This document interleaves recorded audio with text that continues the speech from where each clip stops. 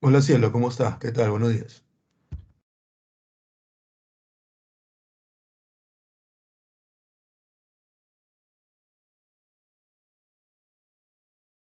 Hola Teresita, ¿qué tal?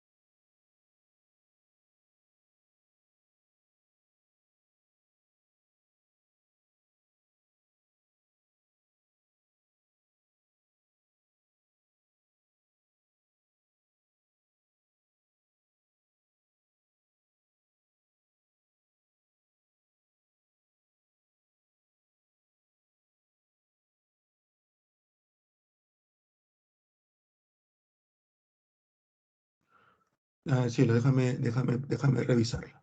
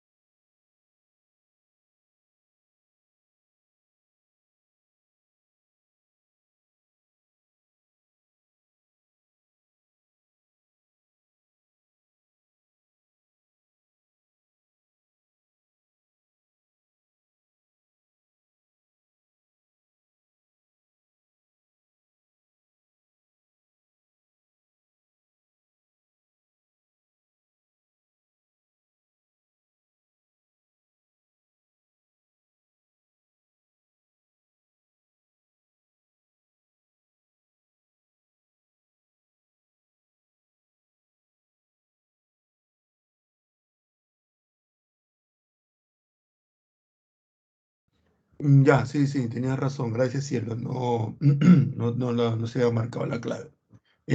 Ahora sí, a ver, prueben por favor.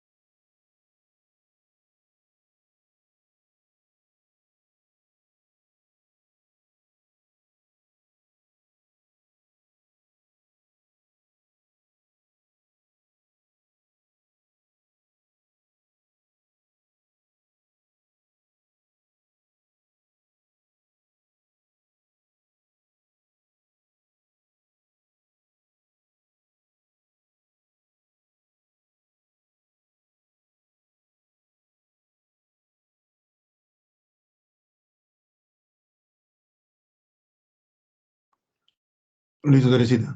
Por favor, lo demás avíseme también. ¿Ya? Gracias.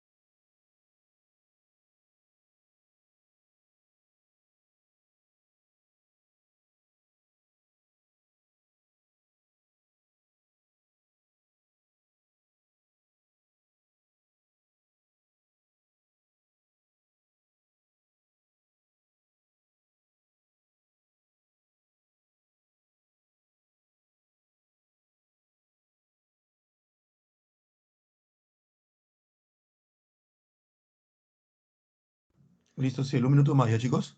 Un par de minutos más porque la práctica lo he dejado abierto hasta las 8:15. ¿Ya? Por esa observación que hizo Cielo que se me había pasado colocar clave en la última pregunta.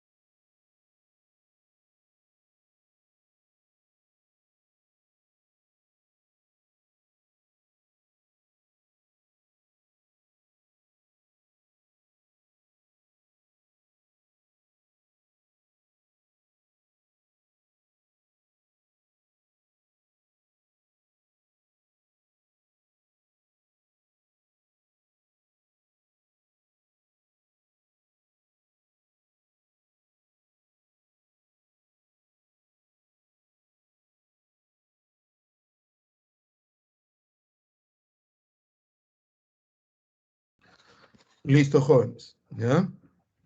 Solamente ese había sido el inconveniente. Vamos a comenzar en unos segundos para ver la hojita que hemos estado haciendo. Esta vez sí le voy a pasar unos PPTs, ¿ya? Que luego le voy a colgar. A ver, ¿dónde está esa hojita? Pregunta de los temas anteriores. ¿Todo bien? ¿Se entendió? Esta es la hojita que hemos estado haciendo. Aquí está. Es una hoja que hemos hecho que tiene 14, bueno, es un documento que tiene 14 hojas, que viene desde la Edad Media. La semana pasada lo colgué porque me dijeron que no lo había colgado la semana anterior. Sí, pues viene de la Edad Media, Baja Edad Media, siglo XII, XIII, bueno, XIII, XIV, siglo XV, ahí tienen un resumen ustedes, XVI, XVII, creo que estoy hablando de un tío. Gracias, gracias, gracias. A ver si algún día me animo y hago un folleto aunque sea. Uy, 18, tenemos Revolución Francesa, 19, lo puse en grande. Para hacerle lo de Hobsbawm, eh, revoluciones liberales, ¿a dónde nos quedamos? Revolución industrial, segunda mitad del siglo XIX, paz armada, siglo XX, Primera Guerra Mundial, entre guerras también hablamos, y entramos a Segunda Guerra Mundial, ¿ya? Entramos a Segunda Guerra Mundial y Guerra Fría. Voy a también seguir con la hoja para hacer Segunda Guerra Mundial algo rápido. Los conceptos de Guerra Fría algo rápido y ahí pasamos a algunas imágenes, ¿ya? A ver. Y luego pasamos a las preguntas, obviamente. Eh, sí, un súper resumen, ¿no? Claro, esa es la idea que tengamos claro algunos eventos, algunos datos, algunas cosas. Ya, ahí lo pueden ver. Hoy estaba variable y no lo veían ustedes. Usted lo tiene, ¿no? Lo último, bueno, lo último que hicimos no es esto, porque hicimos mucho más. Es el siglo XX, Hobsbawm, como le decía, él consideraba un siglo corto, ha sido cuestionado su postura, su apreciación. Yo recomiendo que si quieren saber un poquito más del siglo XX, o sea, profundizar el siglo XX, en especial las primeras décadas, ya para una cuestión de que les guste y quieren escuchar todo lo demás, hay un historiador español, así que no tienen que ver subtítulos, nada por el estilo. Hay un historiador español muy bueno, muy reconocido. No es porque solamente yo lo lea y pues considero que es bueno, sino que es reconocido, que tiene textos que tratan sobre la primera mitad del siglo XX. Él en algún momento cuestiona a Hobsbawm, pero el cuestionamiento típico que lo haría alguien que respeta a un intelectual, pero que considera pues que hay que ir complementando, ir revisando y poniendo otra postura u otra visión a la luz de los nuevos avances, ¿no? Que es Julián Casanova. Es un español, él tiene muchos videos en YouTube y lo que es muy interesante es que él tiene su canal, Julián Casanova, tiene su canal y que no solamente son conferencias, porque a veces las conferencias son dedicadas expresamente a un grupo determinado, o sea, a un grupo de historiadores. Entonces, cuando tú hablas para historiadores, tú ya asumes que el historiador sabe, ¿no?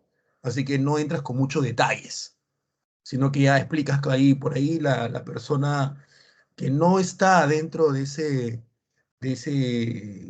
campo, como que se puede perder y obviamente si te pierdes te aburres.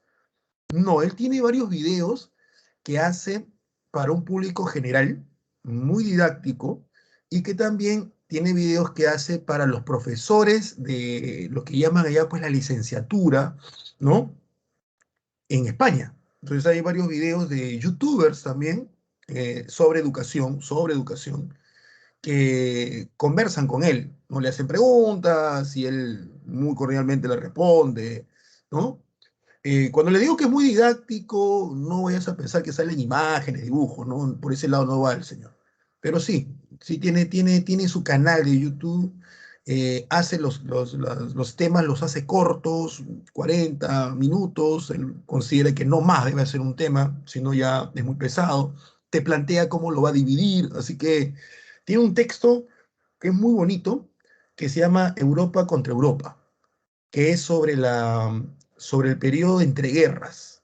Y hace un análisis muy interesante del cual yo me he basado cuando hice el análisis acerca también de ese periodo. Hay varios historiadores muy interesantes, pero este es el que más que yo conozca, no quiere decir que es el único, que yo conozca que se ha acercado más a las redes sociales en el sentido de YouTube, ¿ya?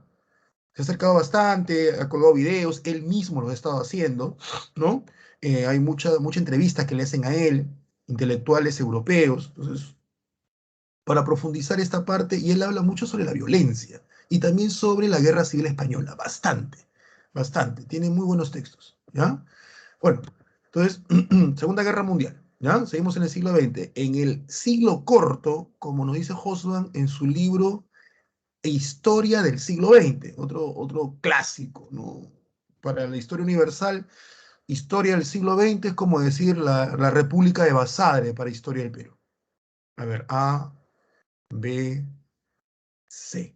Sería C. Algo corto, tampoco no vamos a mandar con todas las campañas. C, Segunda Guerra Mundial. La Segunda Guerra Mundial, como hemos dicho en algún momento en el intermedio y en el básico, eh, abarca 6 años exactos, con un día. Comienza el 1 de septiembre de 1939 con la invasión alemana a Polonia, una invasión ya preparada, ya pensada, como un pretexto que fue el supuesto ataque alemán, supuesto ataque polaco a los alemanes, pero que en realidad supimos que es un ataque alemán que ellos mismos se hicieron para tener un pretexto. Ellos ya tenían planeado el ataque, ellos sabían que iban a atacar en septiembre por el clima.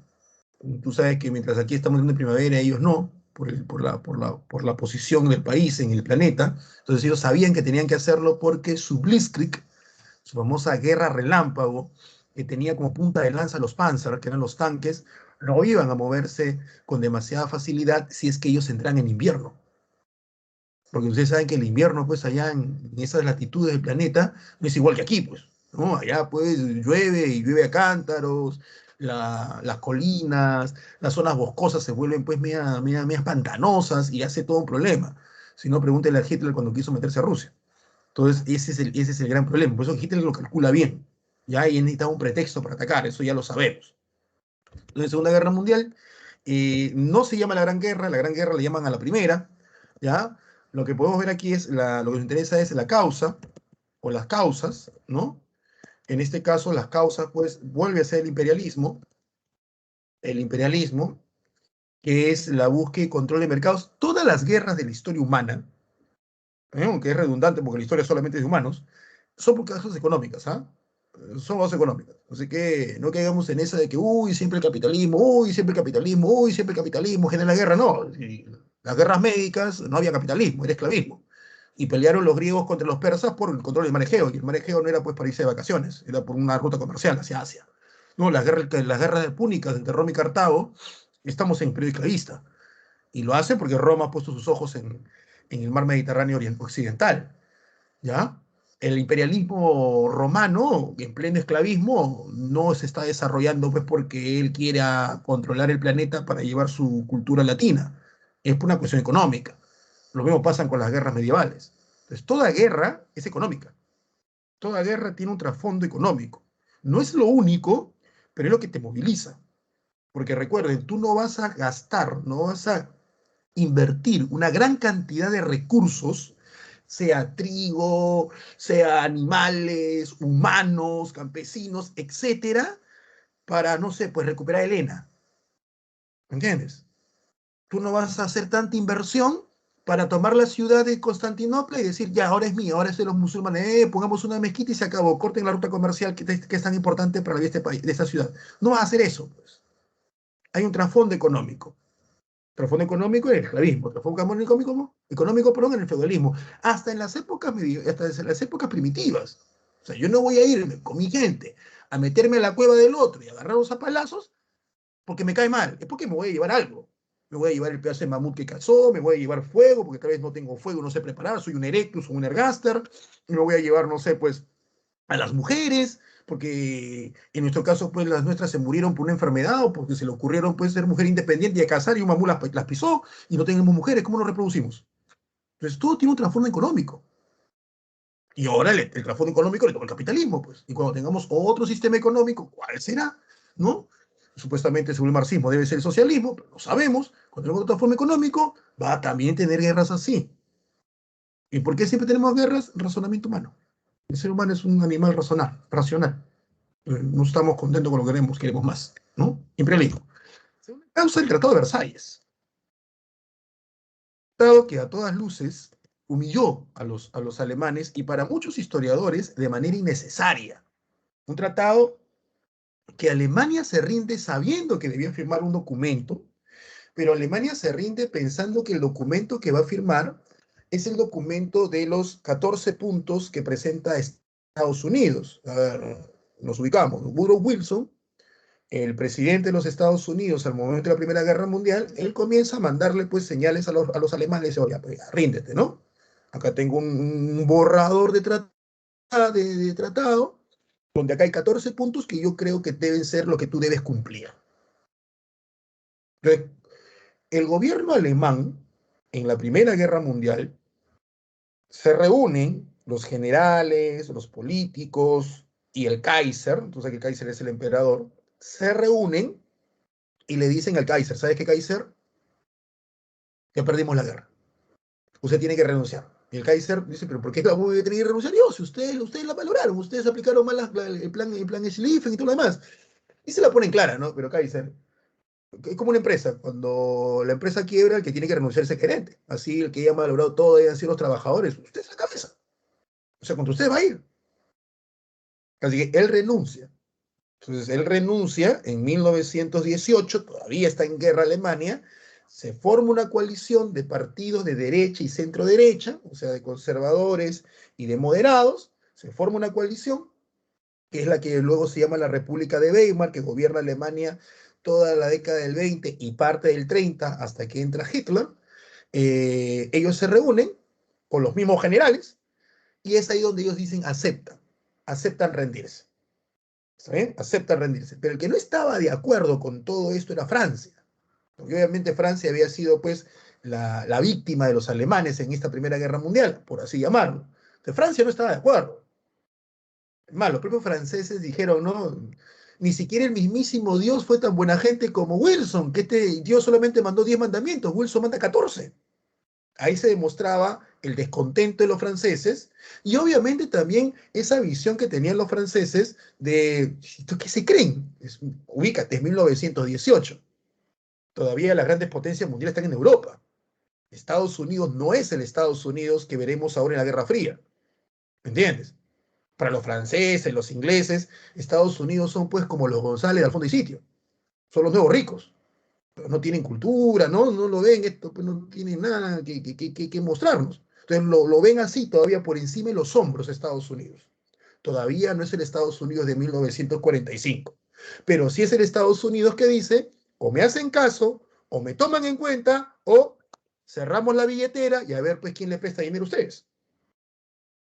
Ahí tenía el poder Estados Unidos, después de la Primera Guerra Mundial. El problema que dicen muchos es que Wilson se enferma de esa gran pandemia que se da en la Primera Guerra Mundial, que es la gripe española. Es un tipo de gripe mucho más fuerte, ¿no? Que la común y corriente, es mortal, no es tan mortal como la peste negra o la viruela, pero sí se vuelve una pandemia que da mucho miedo porque las condiciones de salud y de infraestructura de Europa están tiradas por los suelos producto de la Primera Guerra Mundial. Entonces, acá te dicen, lávate la mano y tú dales tu caña y sale agua. Ahora imagínate una Alemania, perdón, una Francia o una Bélgica o unos Países Bajos que habían sido destruidos por la guerra. ¿Dónde te lavas? ¿Dónde te lavas? ¿Me entiendes? No es como ahora que tenemos 800 mascarillas. ¿Dónde la consigues? ¿No? Entonces ahí está el punto. Y sí, y la gripe española mata más gente que la Primera Guerra Mundial. Mucha más gente. Es una cosa impresionante. Y le ataca la gripe española a Wilson. Entonces Wilson se tiene que retirar. ¿Me entiendes? Se tiene que retirar. Y deja diplomáticos para que negocien. Pero esto, vuelvo a insistir, no es de Estados Unidos después de la Segunda Guerra Mundial. No es la Estados Unidos todopoderosa. Todavía no lo es. Todavía no lo es. Entonces, Francia, ante la ausencia importante de Wilson, Francia comienza a manejar sus hilos. No te olvides que Francia es la gran potencia europea continental. Inglaterra es una potencia, sí, pero su propia ubicación geográfica ha marcado mucho la política internacional inglesa. Entonces, Inglaterra, al ser una isla, los ingleses se ven así, ¿no? No, o sea, no es raro que Inglaterra, historia comparada con la actualidad, no es raro que Inglaterra haya, pues, preferido retirarse de la Unión Europea, el famoso Brexit. No es raro que Inglaterra haya preferido retirarse de la Unión Europea y haya arrastrado en su retiro a Escocia, a Irlanda del Norte y a Gales. Los ingleses de las potencias europeas fueron los más reacios a unirse en esa unión, a realizar esa Unión Europea. Fueron los más reacios. Se le puso bastante peros y ellos ponían bastante peros. Entonces Inglaterra tiene una política que ellos llaman el espléndido aislamiento. O sea, mientras no se metan con mis intereses, yo estoy tranquilito en mi isla, no se metan conmigo, yo estoy ganando mi dinero. Bien, gracias. Cada vez que se meten conmigo, yo salto. Te metiste con Flandes en la Edad Media, yo salto. Guerra de los 100 años.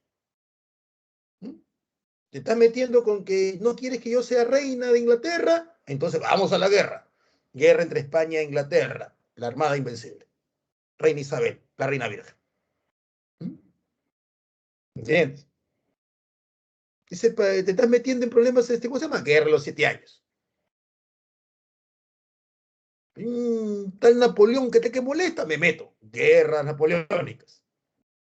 Hay una Rusia que se quiere meter al mar europeo, me meto también en la guerra. Guerra de Crimea. ¿No? Y hay una Alemania que quiere agarrar territorios que me pertenecen, Primera Guerra Mundial. Hay un Hitler que molesta, Segunda Guerra Mundial.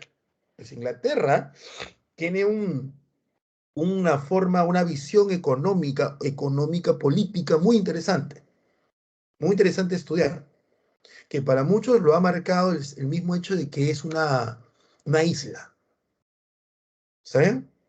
Entonces los ingleses como que le dan por su lado a Francia, y Francia es el que te desarrolla el Tratado de Versalles. Francia es el que hace eso. Hay un texto también sobre el Tratado de Versalles, ¿no? Eso sí, lo he leído solamente en la introducción, lo tengo en PDF y me cansa un poco leer en PDF, estoy viejo, pero también hay textos sobre el Tratado de Versalles y sobre su importancia. Ya, y estoy hablando de textos de historiadores, no textos de divulgación más popular. Y no quiere decir que ni sean malos, ¿sabes? Sino que ahí se hace un mayor análisis, ¿no? Ahí está la carnecita, ¿no? Lo otro ya lo digerido. El Tratado de Versalles, los fascistas, los partidos fascistas en el poder, ya hemos visto que es un partido fascista, ya hemos visto cómo nace un partido fascista, ¿no? Sabemos que son partidos de ultraderecha. Cuidado, cuidado, cuidado. El partido nazi se llama Partido Nacional Socialista de Trabajadores. Tengan cuidado porque hay muchas personas que piensan que el partido nazi era socialista, ¿ya? Y eso no es así, no es así. El partido nazi no era socialista. El partido nazi era de ultraderecha. Solo que, solo que hasta la Segunda Guerra Mundial, el término socialismo, entiéndeme, el término socialismo no era un término exclusivo para los socialistas marxistas. Es más, para ser más específico, para los comunistas marxistas. No era específico. Muchas posturas políticas en el siglo XIX e inicios del siglo XX, muchas posturas políticas que no tenían nada que ver con Marx, se autodenominaban socialistas. Porque la palabra socialista viene de sociedad, social, de la sociedad, de la sociedad. ¿De dónde viene el socialismo? Sociedad. ¿Está claro? Sociedad. Eso significa socialismo. Para ser todavía mucho más específico, Marx nunca habló de socialismo. Marx habló de comunismo en una primera fase y de comunismo en una segunda fase. Más no hable de socialismo. Su texto básico es el Manifiesto Comunista. Son los futuros teóricos marxistas los que, para poder diferenciarlo y que no haya error, no haya confusión, al comunismo en la primera fase lo llaman socialismo. Pero cuando alguien dice, profe, ¿qué significa el socialismo para el marxismo? La pregunta está bien hecha. Pero si él me dijera, profe, ¿qué significa el socialismo para Marx? Ah, no sé. El que le pone socialismo científico es Engels. Por ahí que Marx lo aceptó un poquito, ¿no? Pero Marx habla de comunismo en primera y segunda fase. De la primera fase del comunismo marxista, o de Marx, sería el socialismo, que tanto hablamos nosotros. ¿Ya?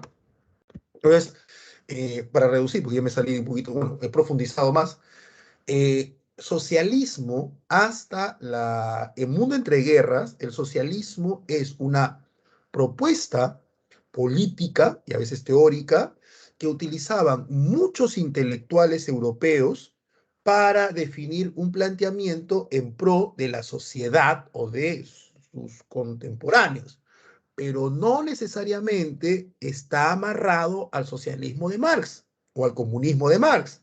Prueba de ello es que Hitler odiaba a Marx, no lo quería ver ni en pintura, ya estaba muerto, no quería ver porque era un alemán judío, Marx era judío, ¿saben?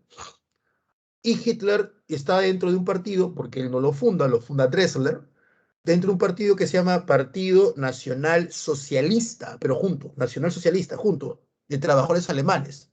No hay nada menos comunista marxista que hablar de nacionalsocialismo. ¿Por qué? Porque el comunismo se basa en lo internacional. La frase final de Marx es obreros del mundo unidos. El comunismo es internacional, que luego lo hablamos de socialismo y comunismo.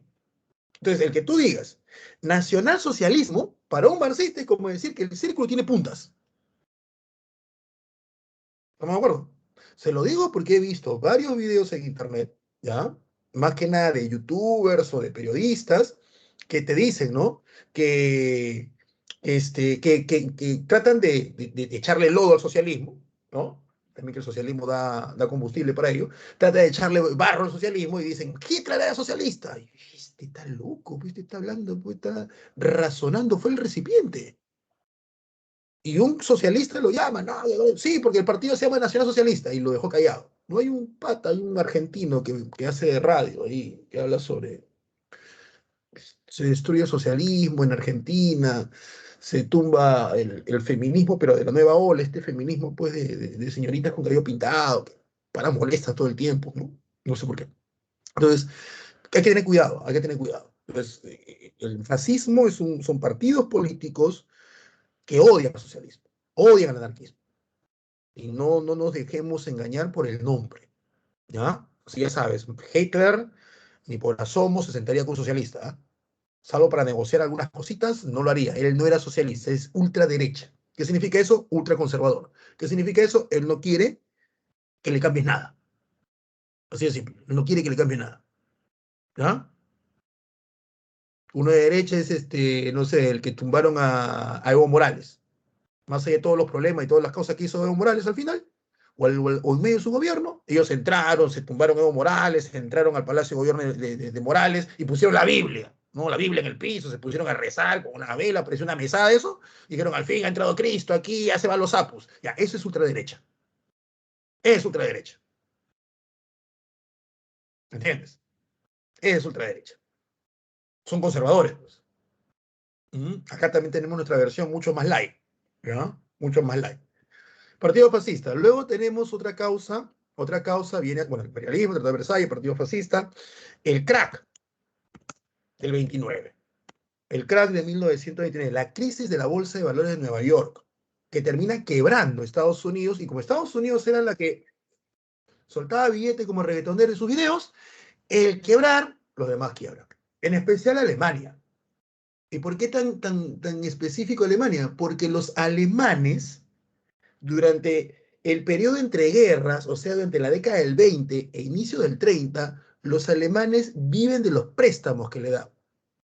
Alemania se recupera muy rápido, no, pero se recupera de la Primera Guerra Mundial. Está pagando, está pagando sus mensualidades, no el monto que le pide Francia, porque Francia se malió, Francia quería quebrar esta Alemania como sea, quería desaparecerla del mapa, está pagando sus mensualidades, pero vive de los préstamos. Entonces, los textos, los datos, la estadística nos dicen que Alemania para 1929 tiene los mismos números económicos que tuvo para 1912. Y en 1912 Alemania estaba bien económicamente, tanto así que se atreve a hacer una guerra en 1914, que es la Primera Guerra Mundial.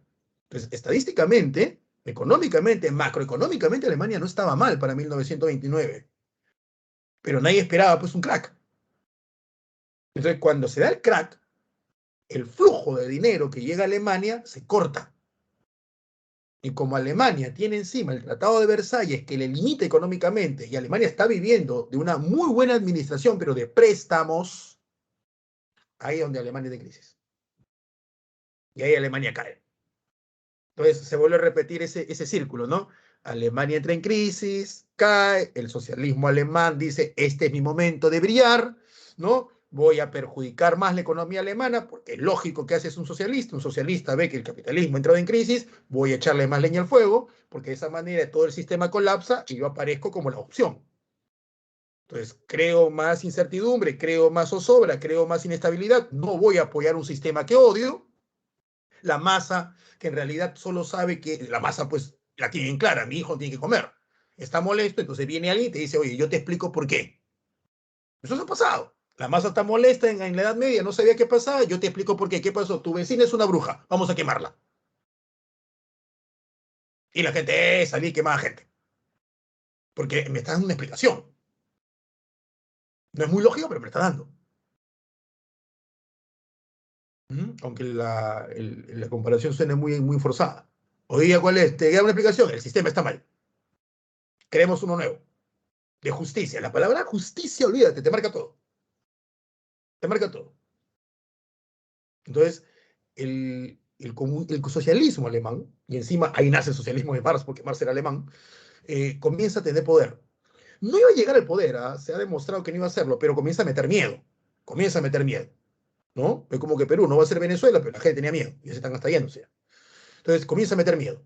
Entonces, al meter miedo, la clase política alemana, que es una clase muy cerrada, muy aristocrática, no te olvides que ellos dejan de tener un emperador no por revolución propia, no dejan de tener un emperador por revolución propia, porque ellos dijeron, ¿sabes qué? Hay que ser democráticos. No, ellos dejan de tener un emperador por la presión de los países que están ganando la Primera Guerra Mundial.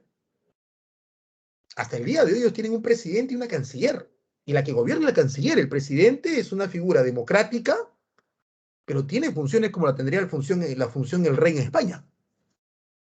O sea, ellos no han perdido esa idea, los alemanes, porque no pasa por un proceso de revolución propia, sino por una imposición externa. Lo mismo le pasa a Italia. Italia deja de tener rey por la Segunda Guerra Mundial. No es algo que ellos hayan desarrollado, tipo Francia, que le metieron un cuchillo al rey. Es distinto. Pero vuelvo.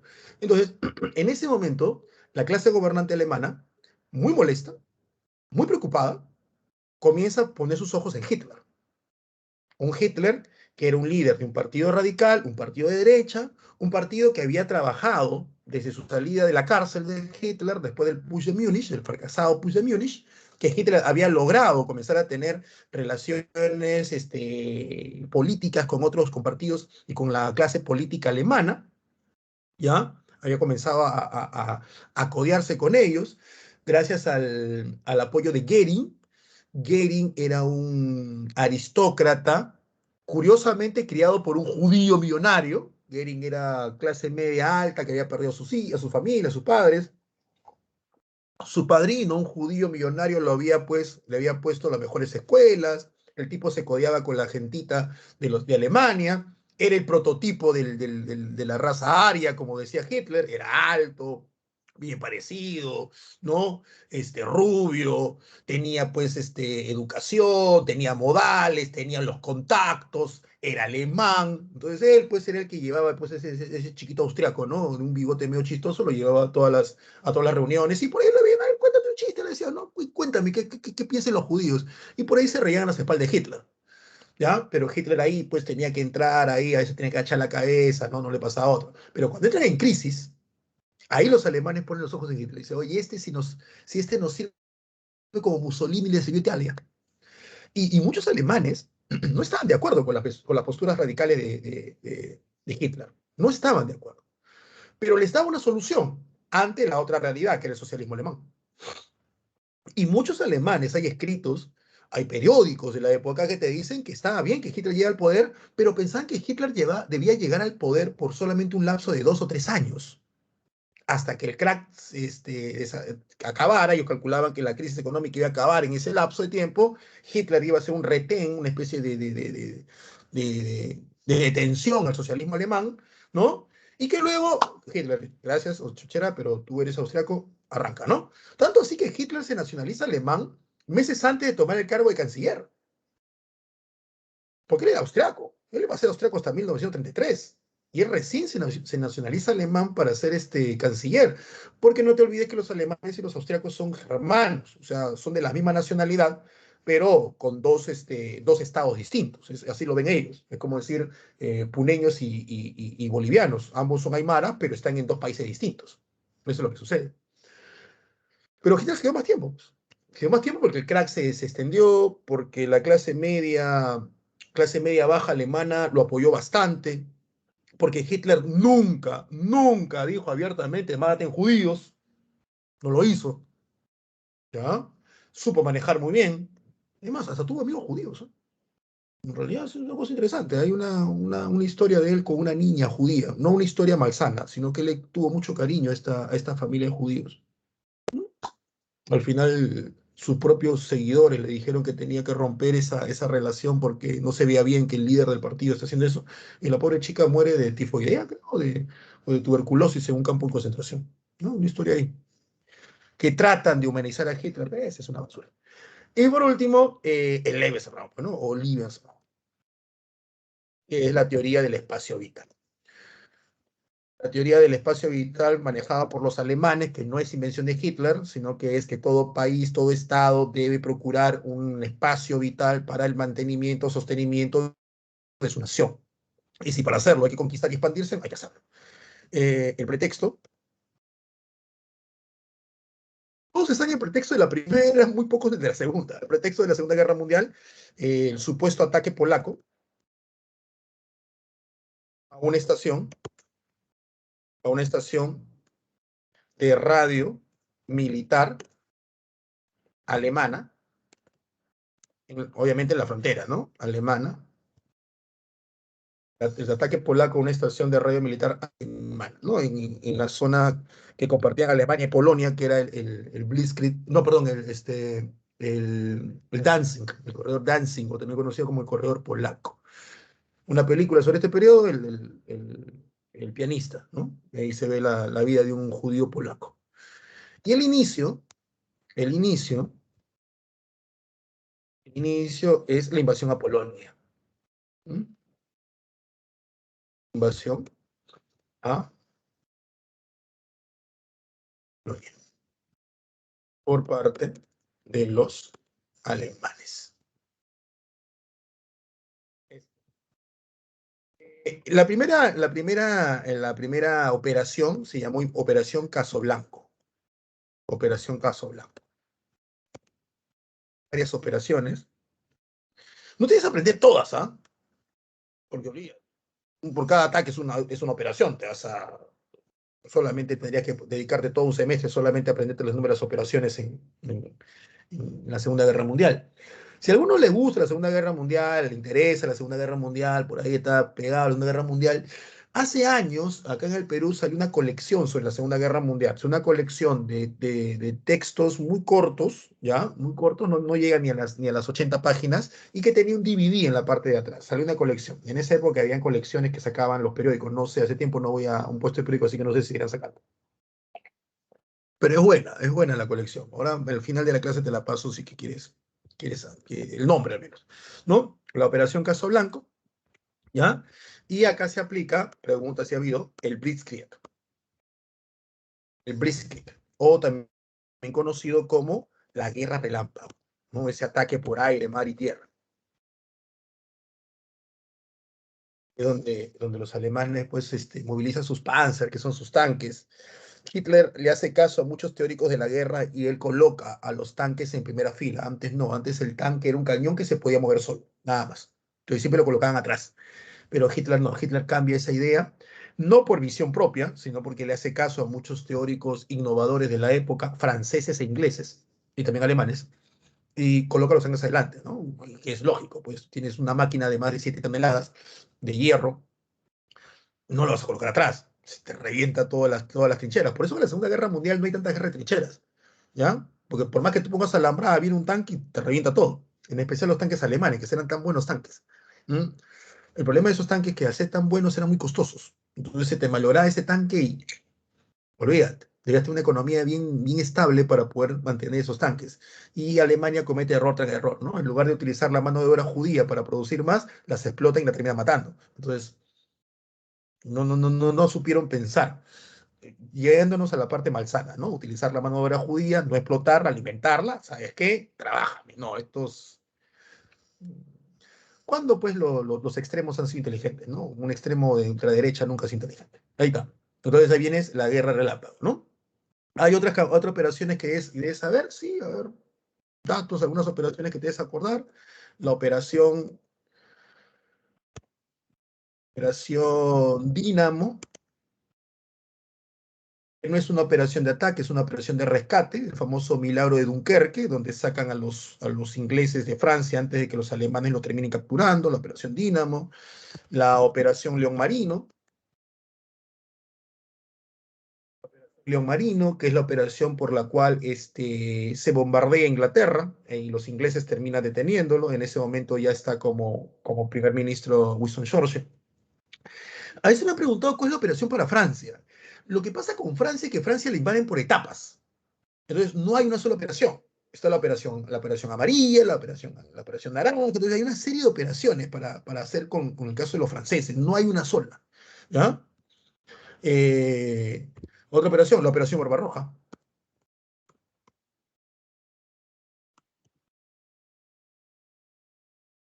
para atacar a los soviéticos, ¿no? La Operación Azul,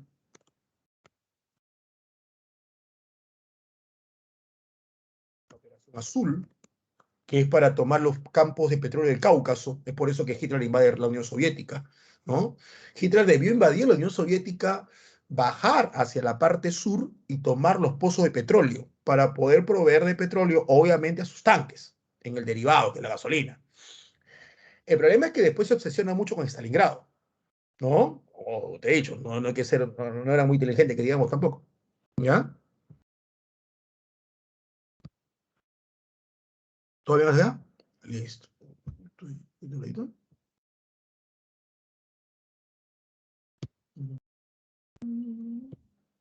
Sigo. Se obsesiona mucho con Stalingrado, Hitler, ¿no? Y otra cosa que también dicen muchos historiadores es que Hitler se manda con el Cáucaso para tomar los petróleos, pero no había forma de llevarse el petróleo a Alemania porque no había oleoductos. Entonces también pues ahí como que se manda una campaña que no iba a ser muy fructífera, que digamos, ¿no? La Operación Azul, la Operación Ciudadela,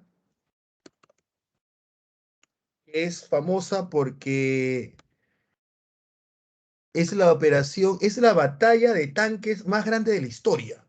Conocida en la Operación Ciudadela, la batalla de Kursk, que es en Oriente, es en contra los soviéticos, olvídate. La cantidad de tanques que pelearon en esa batalla, ni juntando todos los tanques de Sudamérica, vas a llegar a la cantidad. Fue impresionante todo lo que hubo ahí. Y ahí es donde aparecen pues, los tanques rusos, que son muy buenos también.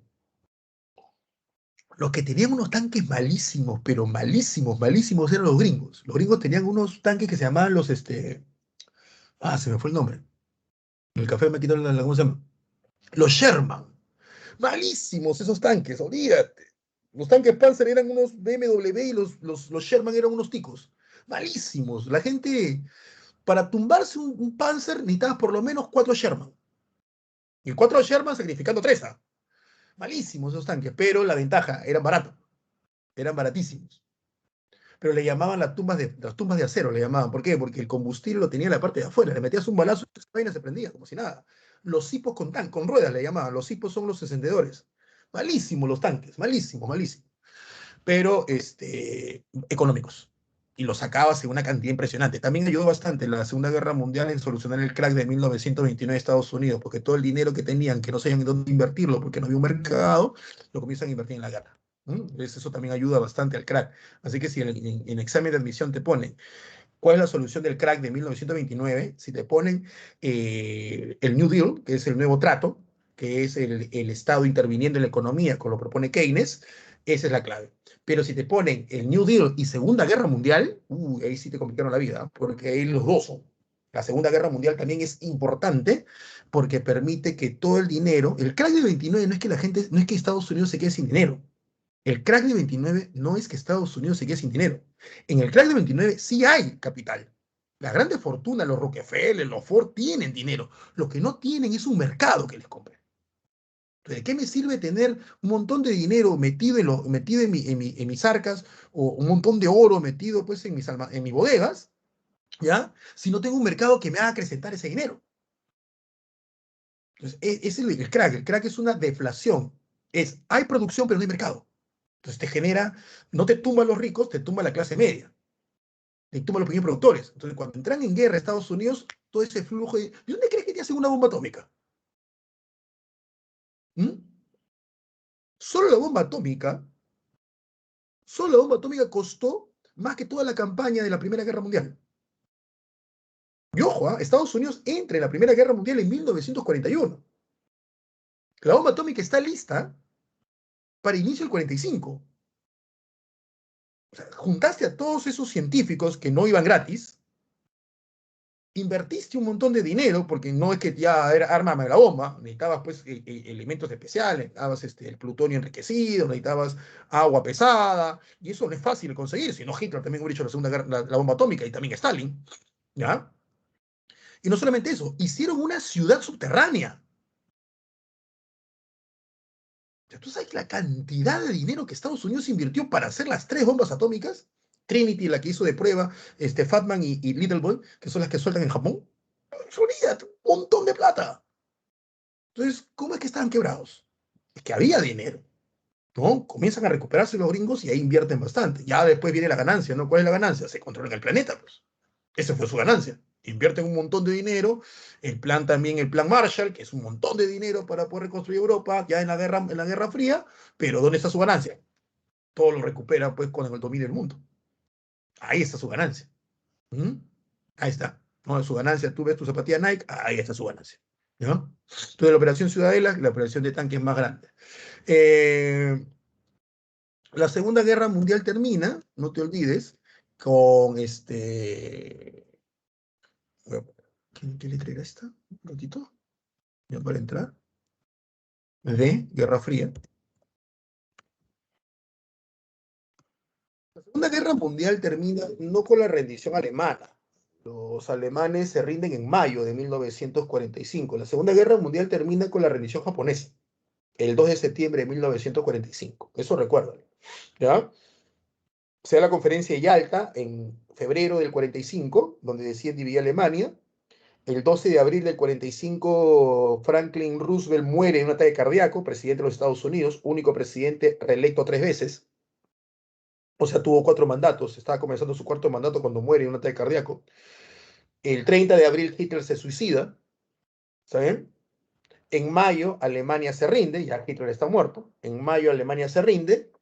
En julio se hace la conferencia de Potsdam, donde se vuelven a reunir los grandes líderes mundiales. En este caso es Truman, que reemplaza al fallecido Roosevelt. Truman era su vicepresidente.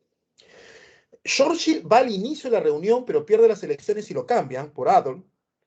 Y Stalin, ¿no? Entonces, por eso es que tú cuando veas la imagen de Potsdam, tú vas a ver a Truman, a Churchill y a Stalin. Y luego vuelves a ver otra foto y ya no está Churchill, está Adler, que es otro. Y dijiste, ¿quién es? Lo que pasa es que el partido en elecciones pierde a Churchill y lo cambian de primer ministro. Por eso que hay otro personaje, hay otro primer ministro en la foto. Y en agosto sueltan las bombas atómicas. ¿Por qué las sueltan? Hay una serie de interpretaciones. La versión oficial es que Estados Unidos suelta la bomba atómica porque Japón no desea rendirse. Y Estados Unidos había calculado que tomar Japón, invadir Japón, porque está invadiendo las islas aledañas, iba a significar un costo humano muy alto.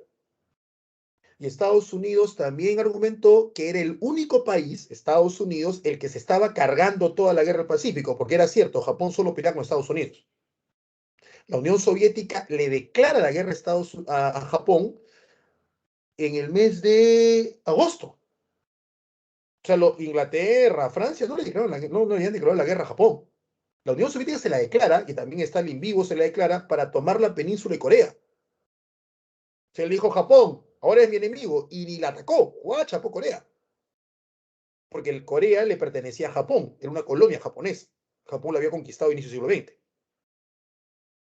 Y cuando Estados Unidos se da cuenta de que Stalin se mete a la guerra, pero por viveza, al toque Estados Unidos también invade Corea. Por eso que tu Corea tiene sur y norte. Porque los soviéticos toman Corea del Norte, querían tomar toda Corea, y entre Estados Unidos dicen, bueno, sea chistoso, Juan marca en el paralelo. ¿Me entiendes? Entonces, tienes a una Unión Soviética, esta es la versión no oficial, tienes una Unión Soviética metida en Corea, tienes una Unión Soviética metida hasta Alemania, o sea, mi chochera, Stalin chapó Letonia, Estonia, Lituania, Rumanía, Bulgaria, Checoslovaquia, Polonia, Yugoslavia no, porque estaba aparte, ¿no? Pero se agarró todo eso, la Unión Soviética. Entonces, la pregunta que hacían Estados Unidos, Inglaterra, es ¿cómo lo sacamos? Porque supuestamente somos amigos, nos hemos tomado fotos juntos, ¿no? Hemos tomado un par de vodka en Yalta, hemos fumado unos puros ingleses, pero ¿cómo lo sacamos? Porque realmente el enemigo era la Unión Soviética. Por eso es que los países capitalistas dejaron que Hitler creciera, pero después Hitler se le sale control. Y es ahí donde, esta es la hipótesis, que Estados Unidos decide soltar la bomba atómica y se la suelta a Japón.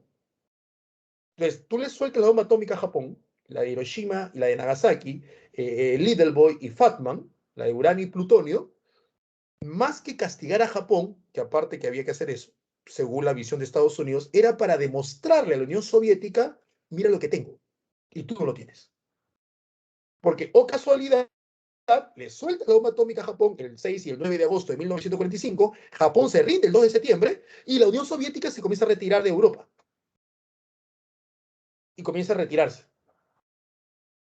Deja libre, no, que yo respeto a estos países, respeto nada, Stalin sintió el calorcito atómico por atrás.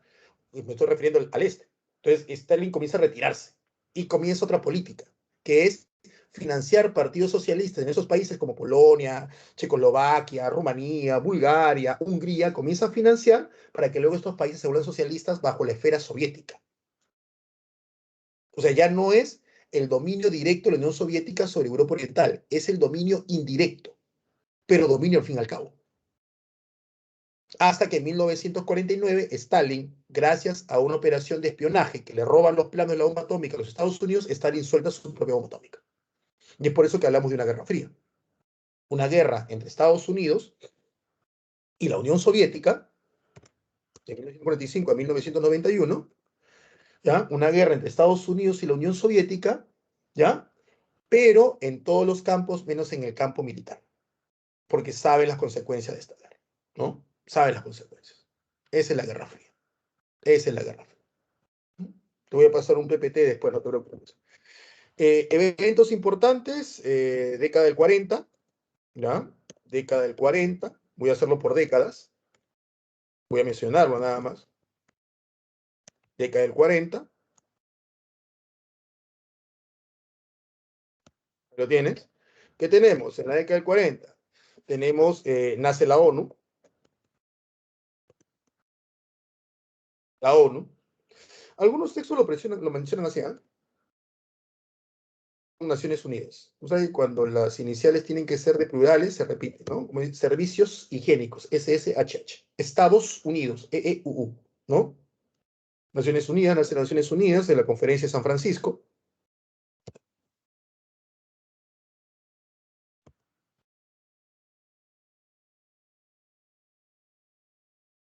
Como las Naciones Unidas tienen que detener cualquier intento de guerra entre las superpotencias, es por eso que las superpotencias no tienen secretarios generales. ¿Me entiendes? No estoy minimizando el papel de los secretarios generales. Perú tuvo un secretario general de la ONU, que, es que fue Javier Pérez de Cuellar, que fue secretario general de la ONU en 2 mandatos. Y ojo, fue el último secretario general de la ONU en la Guerra Fría, el peruano Javier Pérez de Cuellar. Pero no vas a tener secretarios de la ONU ni de Estados Unidos, ni de Rusia, ni de Inglaterra, ni de Francia. No lo vas a tener. Porque la idea es que este organismo internacional tiene que detener cualquier intento de guerra. ¿Para qué vas a meter a alguien que va a ser subjetivo? ¿No? Otro evento importante, división de Alemania, ¿no? De Alemania. Alemania es dividida primero en 4, primero la dividen en 4, no te olvides, en 1945 fue dividida en 4, en 4. ¿Quién la dividió? Bueno, la divide Estados Unidos, Inglaterra, Francia, la Unión de Repúblicas Socialistas Soviéticas. Luego, en 1949, es dividida en 2. En 2 partes. Y aquí nace la República Federal Alemana, que es la república que es la capitalista, y la otra es la República Democrática Alemana, que es la socialista. Eso es lo que pasa con Alemania, así la dividen. Y así va a durar hasta 1991 que vuelven a reunificarse. Eso es lo que pasa. ¿Mm? ¿Qué más tenemos? En este periodo del 40, independencia de la India.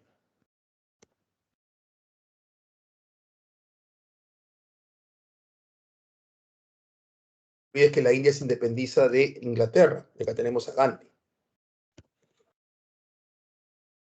Gandhi, Mahatma Gandhi. Independencia de la India. ¿Qué más tenemos en esta década? Nace Israel. Nace Israel, ¿no? Por decreto de la ONU.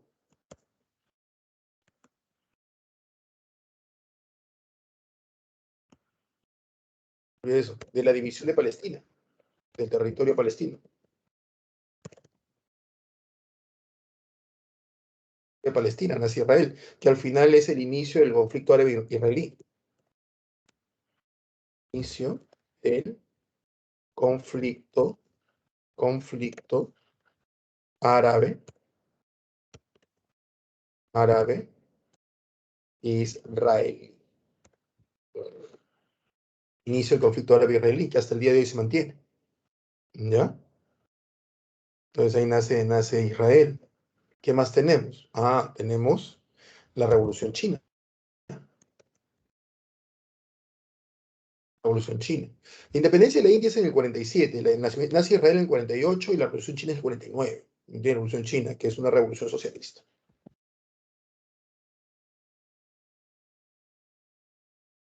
Tenemos al famoso Mao Zedong o Mao Zedong, que es la traducción actual. La traducción actual. Algunos dicen que la traducción de Mao Zedong estaba errónea, que así no se traduce su nombre. Ten en cuenta que son caracteres chinos, pues ellos no llevan el alfabeto fonético nuestro, ¿no? O nosotros no llevamos el de ellos. Por eso que la traducción es tan complicada.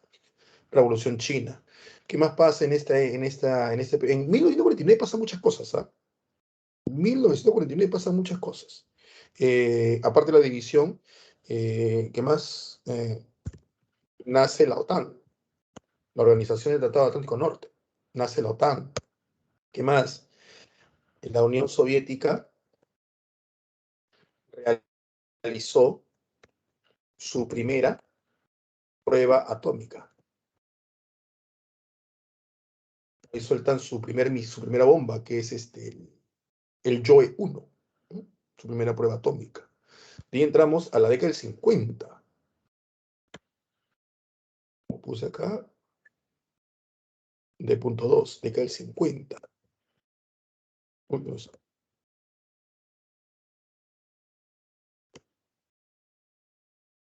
Década del 50. Encontramos en la década del 50. Bueno, 50. Vamos a encontrar la guerra de Corea. Guerra de las dos Coreas. Corea del Norte y Corea del Sur. Entre 1950 y 53. Esa guerra se concluye, el enfrentamiento se concluye con un armisticio, el armisticio de Panmunjom.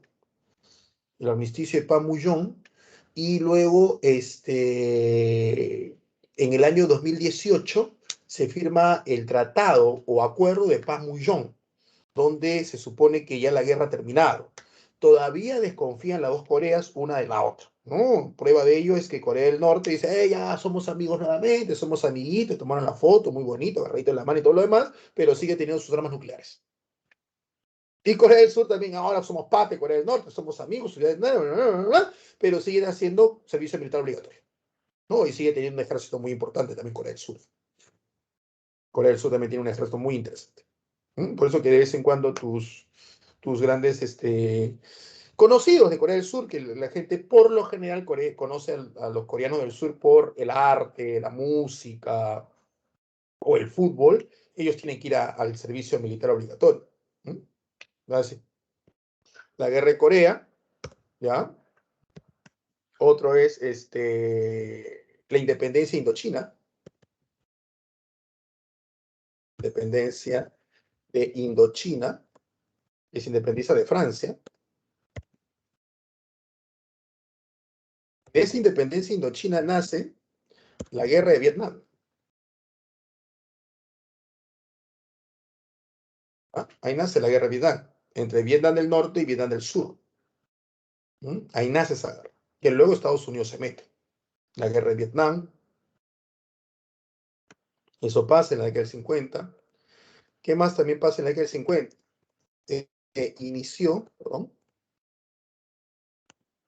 Inició la carrera espacial. En la década del 50, la Unión Soviética manda el primer satélite al espacio, el Sputnik, manda el primer ser vivo al espacio, la perrita Laika.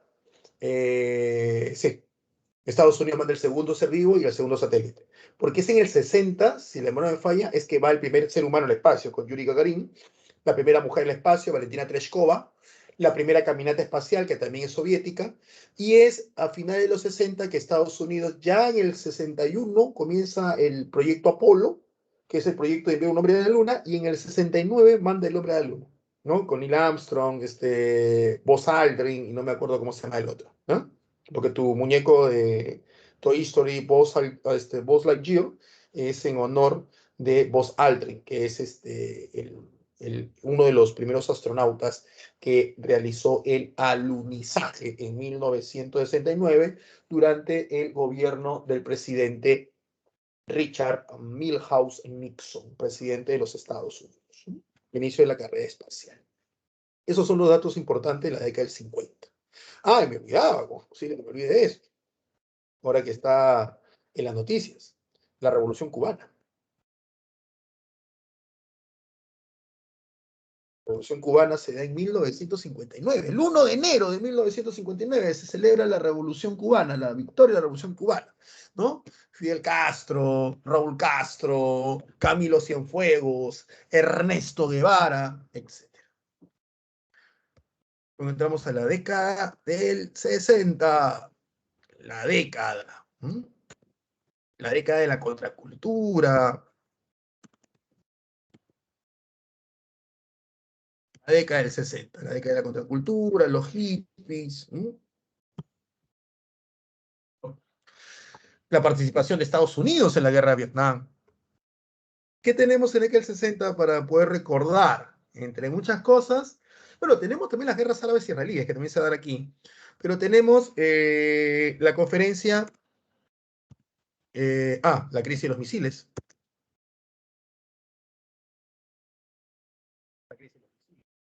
¿Mm? Y antes de la crisis de los misiles, para ponerlo en orden, antes de la crisis de los misiles, tenemos el muro de Berlín, ¿no? Ahí donde tenemos a John Fitzgerald Kennedy dando su discurso diciendo, hoy más que nunca me siento berlinés, decía Kennedy. La crisis de los misiles de 62, ¿no? Misiles soviéticos colocados en la isla de Cuba, apuntando hacia los Estados Unidos, en respuesta a misiles de la OTAN de Estados Unidos apuntando a la Unión Soviética en Turquía. La crisis de los misiles. Ah, la conferencia, el Concilio Vaticano II.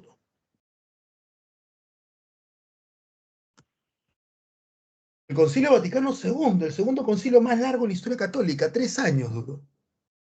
Este concilio se caracterizó por una modernización de la Iglesia Católica, la verdadera revolución, perdón, la verdadera reforma católica se da aquí. El Concilio Vaticano II. No lo tenemos.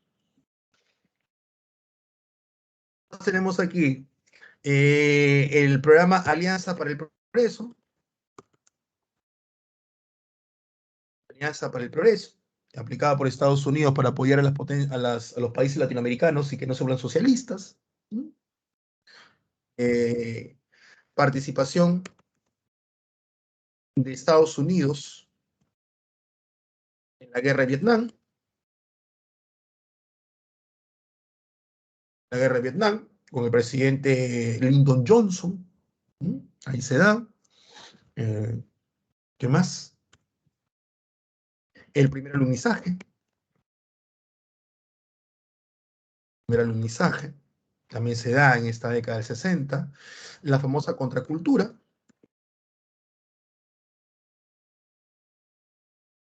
Cultura, que es una manifestación, pues, en varios aspectos, y entre ellos el más famoso, pues, de los jóvenes, en contra de todo lo que está pasando. Lo tenemos D.3, la década del 70.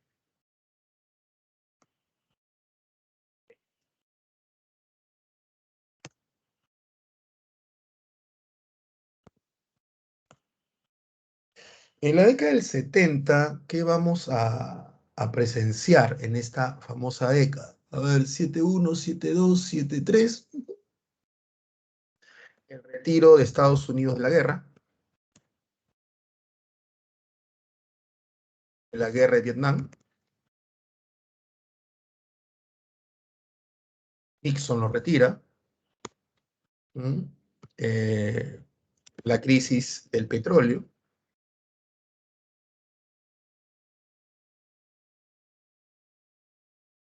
Crisis del petróleo es a nivel mundial. Escándalo Watergate.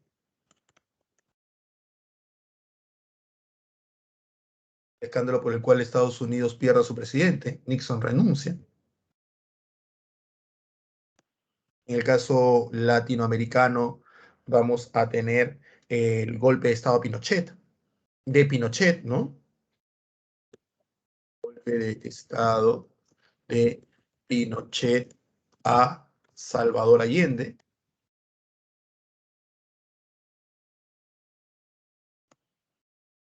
Chile.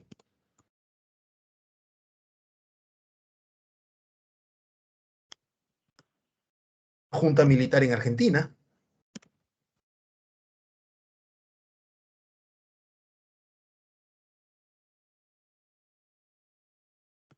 Junta militar argentina, también fue un desastre eso, ¿no? Ahí tienes a Videla, este fue el dictador. Videla, el dictador. ¿Mm? Los acuerdos de Camp David. Camp David. Estos acuerdos de Camp David es la paz entre Israel y Egipto, la paz entre Israel y Egipto, los acuerdos de Camp David. Se firman también los acuerdos conocidos como SALT, acuerdos de limitación de armas, se llama el SALT, SALT 1 y 2, ¿no? SALT está en inglés, es System Arms Limitation Trade, tratado de limitación de sistema de armas, ¿no? Que lo firma primero Nixon, el SALT 1, y creo que lo firma Carter, el siguiente, así es. Un acuerdo de limitación, SALT 1 y SALT 2, ¿ya? Eso vamos a ver también en la década del 70. Vamos en la década del 70 también la revolución nicaragüense, Nicaragua, ¿no? Socialismo. Entra el socialismo. Vamos a ver también en la década del 70 la revolución en Irán, la revolución iraní, el fundamentalismo islámico.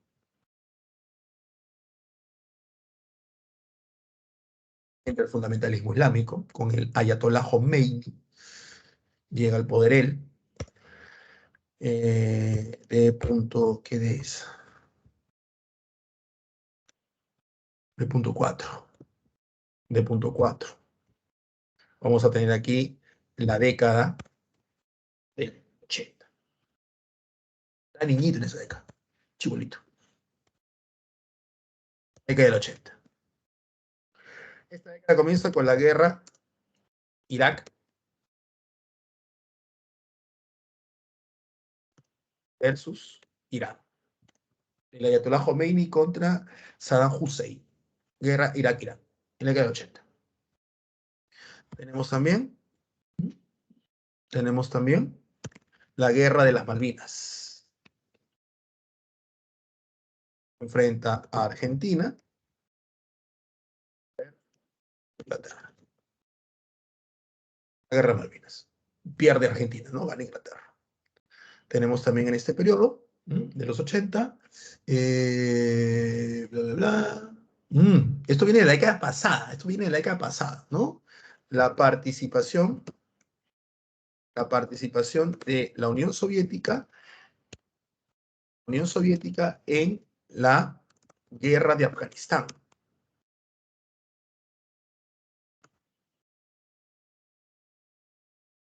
Se le conoce esto como el Vietnam soviético.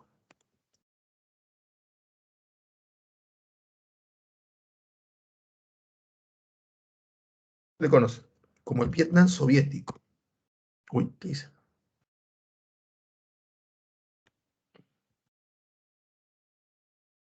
El Vietnam soviético. Ahí se le conoce. ¿Por qué? Pues una derrota de la Unión Soviética aquí.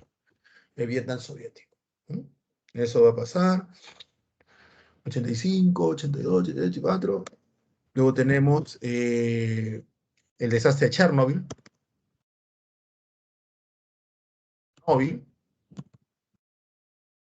Desastre nuclear más importante de la época. Chernobyl, ¿no? Obviamente la crisis soviética de la URSS, graficado en la perestroika, que es una política económica, y el Glasnost, que es más de transparencia informativa. También se da la famosa desgracia del espacial del Challenger. Me da eso. Se da la caída del muro de Berlín, 1989. Significa la unificación alemana, caída del muro de Berlín, ¿no? El retiro de la Unión Soviética de la guerra de Afganistán.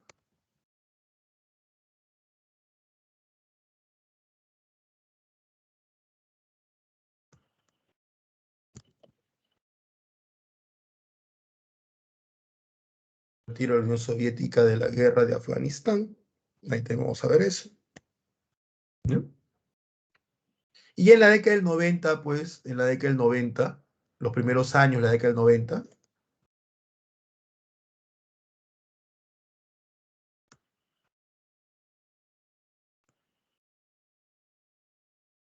los primeros años de la década del 90, vamos a encontrar eh, la guerra del Golfo, el Golfo Pérsico, esto es en Irak, cuando van a pelear los iraquíes invadiendo Kuwait, la guerra del Golfo, ¿no? La reunificación alemana, reunificación alemana, la caída de la Unión Soviética, ¿no?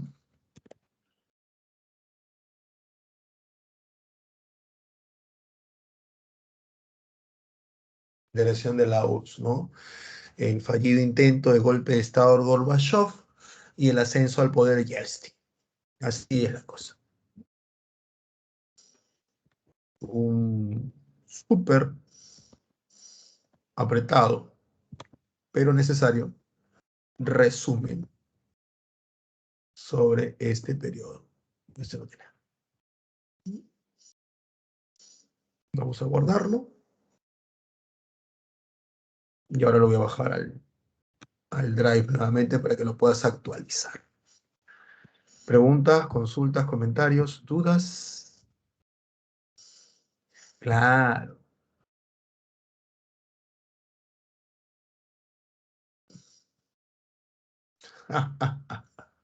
Creo que USA ahora tiene la deuda interna más grande del mundo. Por ahora sobrepasa lo. Sí, sí, tiene. Olvídate, Estados Unidos es el país que más debe. Pero es el único país. Una pregunta.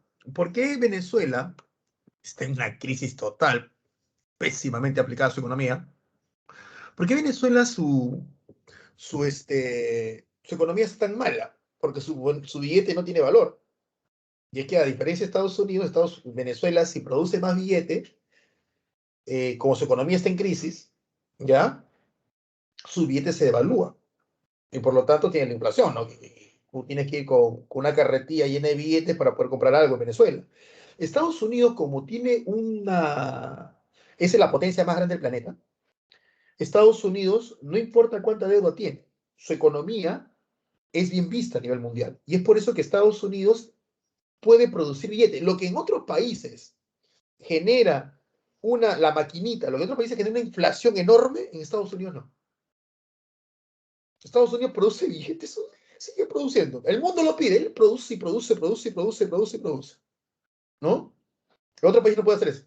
Estados Unidos sí. Lo que en otros países, insisto, genera una inflación, en Estados Unidos no. No lo hace. Porque es la gran potencia del mundo.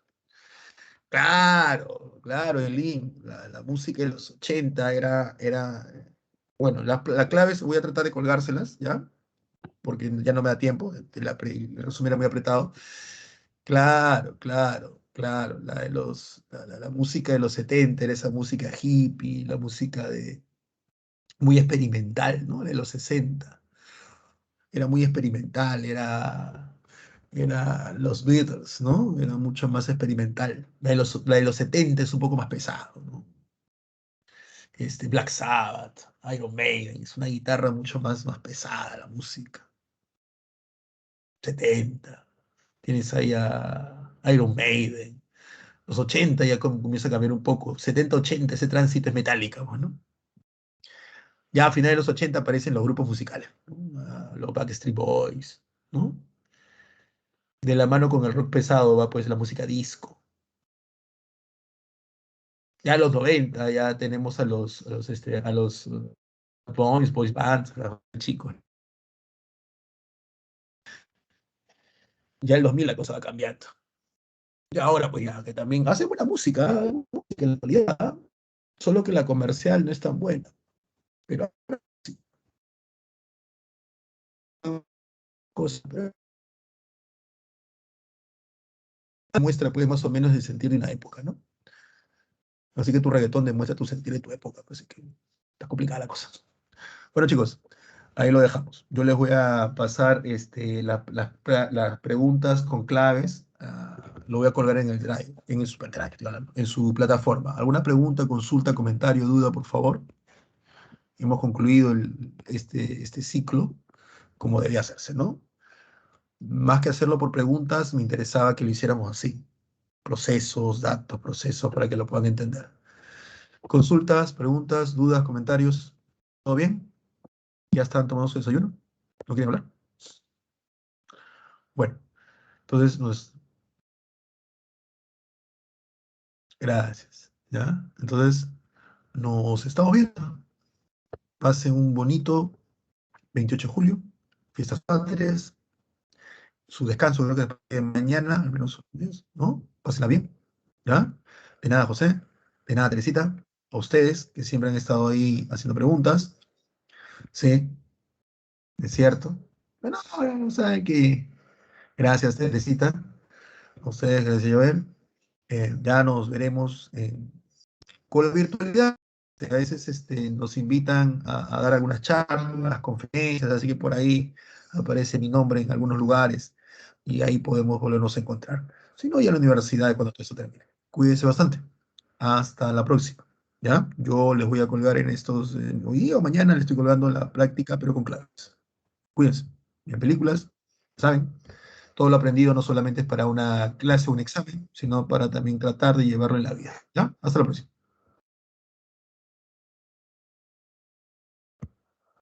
Sí, Teresita, esa es la idea, ¿no? ¡Uy, qué bien, José! Me da mucho gusto, en serio. Me da mucho gusto que en algo haya podido contribuir a que les guste el curso o a que no les deje de gustar. Esa es la idea. Que te guste un poquito el curso, que lo entiendas, y si te gustaba el curso, que no sea yo ni mi clase motivo para que te desenamores del curso, ¿no? Bueno, chicos, nos vemos. Cuídense bastante, ¿ya? Estamos en contacto, tienen el chat. Nos vemos hasta la próxima oportunidad. Cuídense. Chao. De nada, Luis. No, Eileen.